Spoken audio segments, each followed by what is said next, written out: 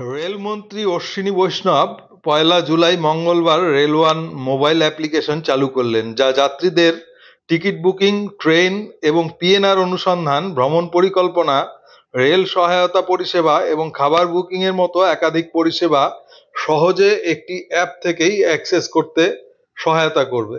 Centre for railway information system (CRIS) এর ৪০তম প্রতিষ্ঠা দিবস উদযাপনে বৈষ্ণব অ্যান্ড্রয়েড প্লে স্টোর এবং iOS অ্যাপ স্টোর উভয় প্ল্যাটফর্মেই অ্যাভেলেবেল এই অ্যাপটির উদ্বোধন করেছেন।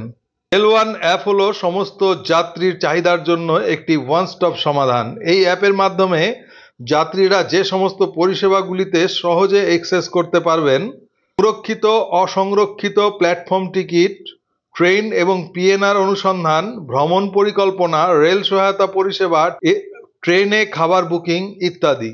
এছাড়াও মাল পরিবহনের ভাড়া সম্পর্কিত অনুসন্ধানের সুবিধাও পাওয়া যাবে এই অ্যাপে। রেল সম্পর্কিত একাধিক অ্যাপ থাকা সত্ত্বেও আরও একটি নতুন অ্যাপের প্রয়োজনীয়তা কী ছিল তা জানাতে রেল মন্ত্রণালয় জানিয়েছেন, সহজ ইন্টারফেসের মাধ্যমে এটি ব্যবহারকারীদের আরও দ্রুততার সাথে রেল সম্পর্কিত বেশিরভাগ সমস্যার একটি সহজ সমাধান ও পূর্বাপেক্ষা ভালো অভিজ্ঞতা প্রদান করবে।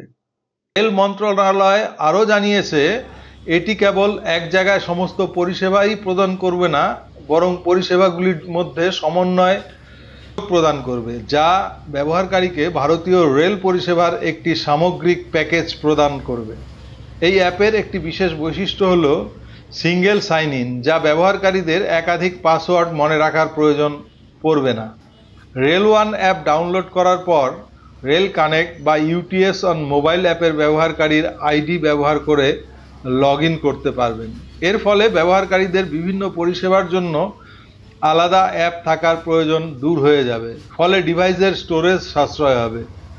এই অ্যাপে আর-ওয়ালেট বা রেলওয়ে ই-ওয়ালেট সুবিধাও যোগ করা হয়েছে। নিউমেরিক বা এমপিন এবং বায়োমেট্রিক লগ ইনের মতন সহজ লগ ইন সুবিধাও প্রদান করা হয়েছে। নতুন ব্যবহারকারীদের জন্য ন্যূনতম তথ্য প্রদান করে রেজিস্ট্রেশন করার ব্যবস্থা রয়েছে, যা রেজিস্ট্রেশন প্রক্রিয়াকে সহজ এবং দ্রুততম করে তোলে।